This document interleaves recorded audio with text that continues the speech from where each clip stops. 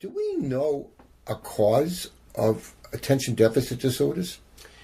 Our understanding is that there's a control center in the brain that directs your attention, your focus. It's basically like the orchestra conductor of the brain.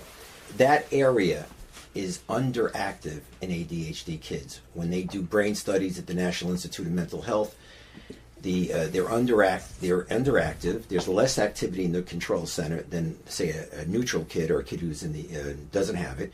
And so the reason they do give them the stimulant is that the stimulant stimulates that area of the brain so that they get the orchestra conductor kicking in and saying, okay, you listen for a while, hold your thought, wait till the teacher finishes. Okay, now they're asking for a question or an answer, raise your hand, contribute. So if somebody thought there was a potential in the family for a couple of reasons. One, the mother during the pregnancy took certain medications, and some of them may be a trigger.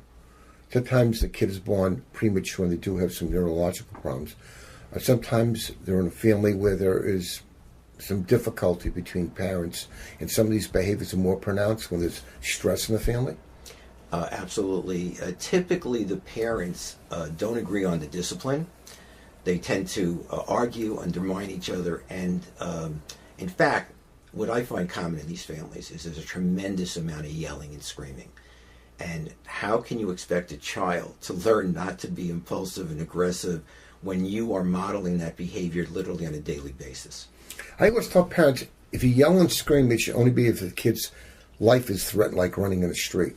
And a good example is when a kid's 3 years old, does something distasteful, hurts another kid's feelings. I tell you, stop. It's a teaching moment. Yes. Get the kid to perceive what he did, understand that he upset the kid, so he develops empathy. Bullies enjoy the pain they inflict. They have no empathy. So parents have learned you've got to teach that hurt is bad so they grow up caring about other people. Is that correct thinking? You're absolutely correct. And unfortunately, what I'm finding in my practice is that parents are all working. Both parents are working. There's tremendous pressure in the household.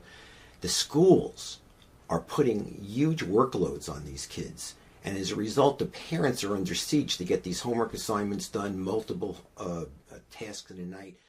Go ahead. Well, there's tension in the family, and there's a tremendous stress on parents. We live in a society now where they say no child gets left behind. This has created a situation where the schools, to cover themselves, are constantly inundating parents with the child's deficits.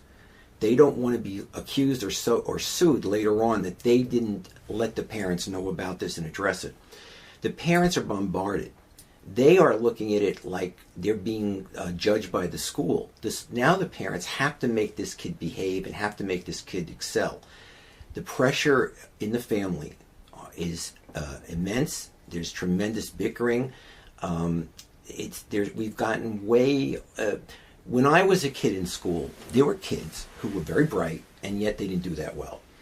And basically, probably not enough was done to address that, but now it's gone full swing in the other direction. There's absolutely, kids are under a microscope. If there's any little thing, the note goes home, or on Power School, which is the internet, they send these notes, your child seems to have a poor focus. Your child seems to not comprehend math concepts. Rather than the focus on teaching the child, there seems to be this focus on what their deficits are, and something has to be done. And that's where I think the draw for the medication comes. Well, if I give them this pill, I'm going to stop getting these notes.